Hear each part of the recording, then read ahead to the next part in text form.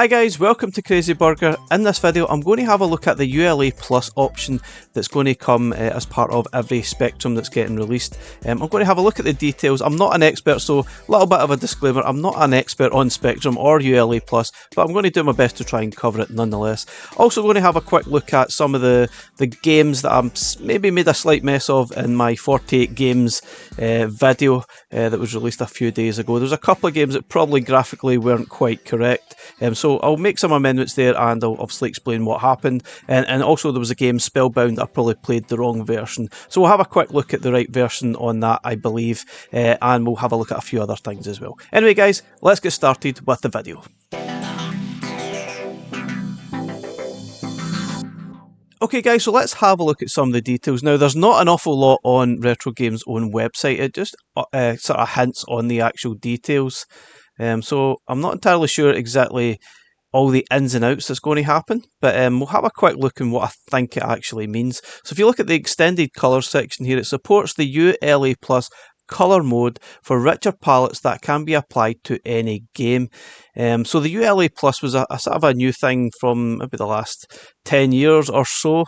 It might be even longer than that, to be honest, but I'm not an expert, just obviously let you know. But there are options there to obviously expand the colour palette for a lot of Spectrum games. There might be like a palette you can apply to certain games. You might even get the option to maybe add your own palettes to the different games. It does get quite complex, so hopefully Retro Games does keep it pretty simple and have set colour palettes for different styles games. You can maybe apply a slightly richer or maybe even a slightly duller palette, and hopefully, as I said, you can maybe even edit your own, but we'll go into that in a little bit of detail in the video, which would be really cool. I think it would certainly make some of the games look a little bit better. So if you go onto itch.io, there is actually a free to download ULAplus 10th anniversary collection, and it actually comes complete with 300 legal to distribute games.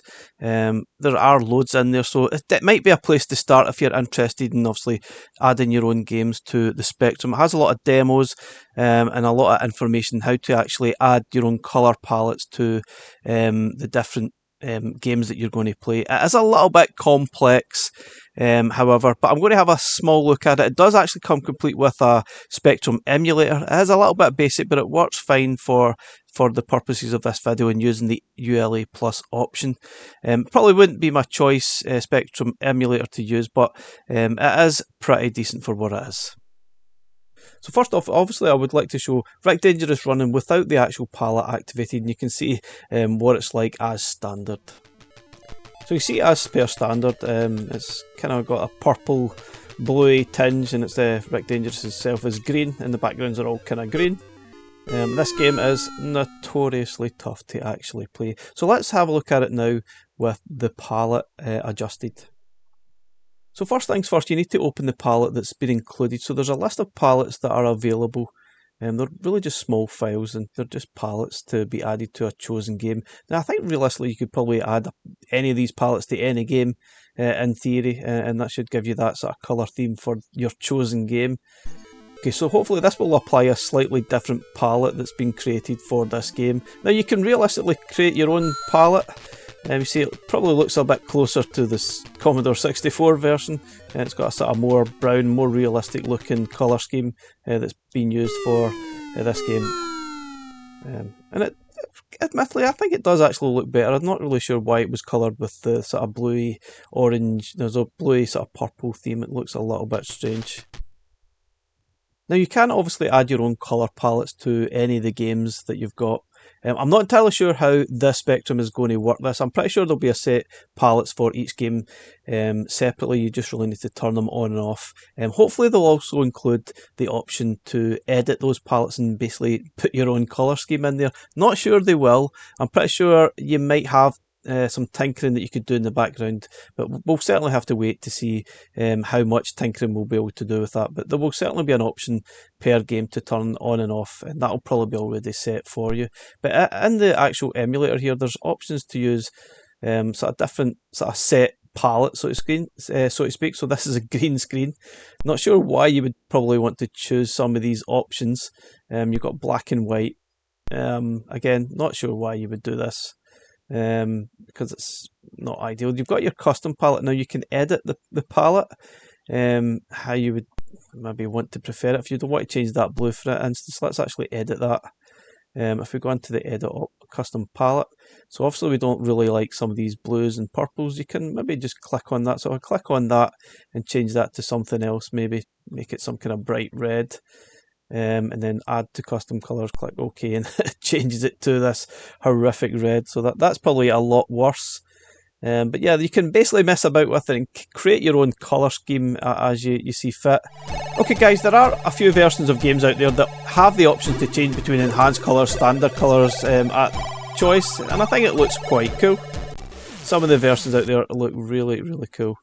It shows what the Spectrum was obviously more capable of. Some of the default graphics probably were a little bit, basic, but it is what it is.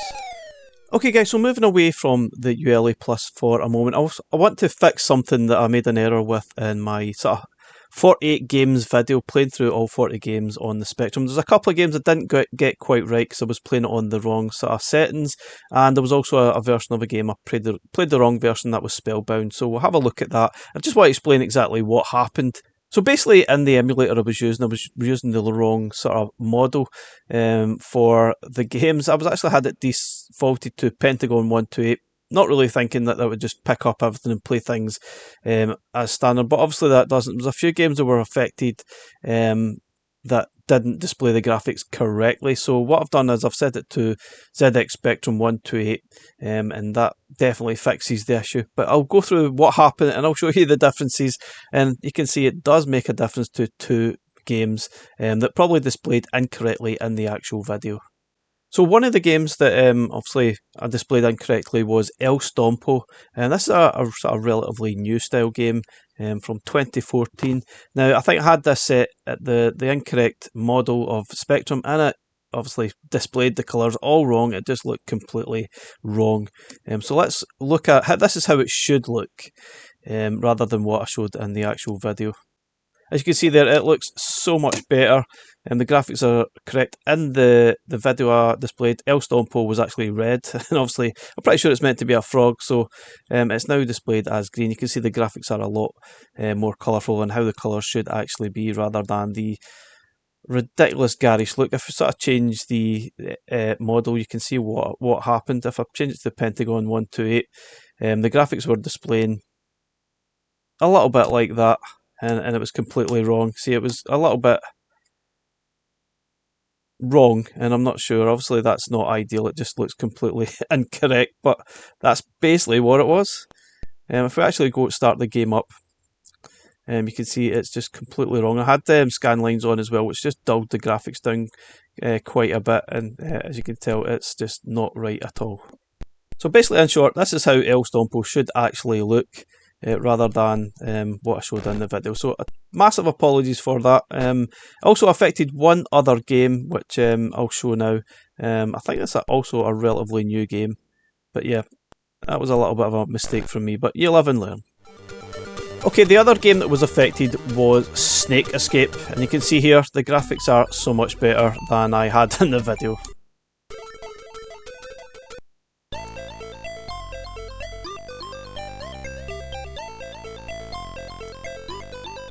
So that's how it should look, but this is what I had in the video, and obviously again I massively apologise for that. And as you can see, it makes a massive difference. It just doesn't look right at all.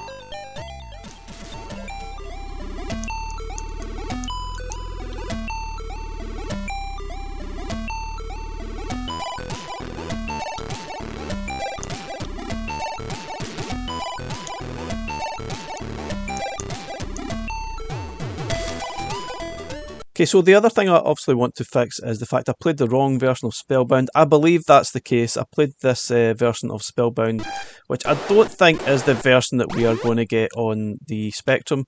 I don't think all the details have been announced exactly of all the games, but this one just unfortunately does have two games of exactly the same name, and it's most likely I played the wrong version. So let's have a look at the version of Spellbound that probably will be included with the Spectrum. Okay, so this is bound. This is the Mastertronic version, and I'm pretty sure this is most likely going to be the game that will be included as part of the Spectrum. So again, on another apology, I made a mistake there, but honest mistake, wasn't entirely sure, and I obviously picked the wrong one. But let's have a look at it anyway.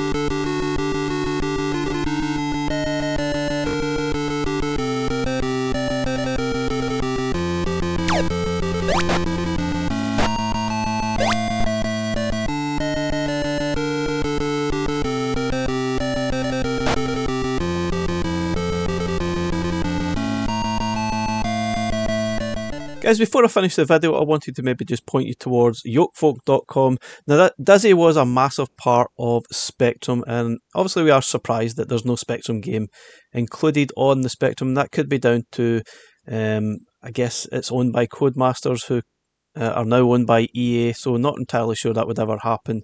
But anyway, if you want to play some Dizzy games, there are loads of fan-made stuff on here. There's some versions that you can download for yourself. There was a version of Dizzy a few years ago from 2020, which we'll have a look at now. So this site does include all the official games. There's also lots of fan-made stuff as well. So if you're interested in Dizzy, definitely a place to go and have a look.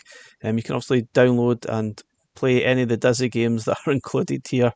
We've got the original Dizzy, which probably isn't the best place to start, but anyway, we've got Treasure Island Dizzy, Fantasy World Dizzy, which I absolutely love. That was probably my favourite one of the collection, and Magic Land Dizzy, that was another huge favourite. After that, I don't remember playing an awful lot of them. Spellbound Dizzy, Dizzy Prince of the Yokefolk, Crystal Kingdom Dizzy, there were tons. Fantastic Dizzy, these are some of the stuff that appeared on NES, and we've got Dizzy the Adventure. Then you got all the other stuff, Wonderland Dizzy and Mystery World Dizzy. They were basically remakes of Fantasy World Dizzy and Magic Land Dizzy, if I recall. Pretty nice versions on the NES anyway, but I guess it's all about the Spectrum here, and for me, I think Spectrum, or Dizzy, was all about Spectrum. Obviously I had a Commodore 64, but I recognised that the games were originally created on the actual Spectrum, and you can actually play Wonderful Dizzy, which was released in 2020, and this was an official game that was released, and you can actually download it and play it for free. You can do that on the Spectrum when it gets released. It looks really nice, it looks pretty cool, and so let's have a look at it now.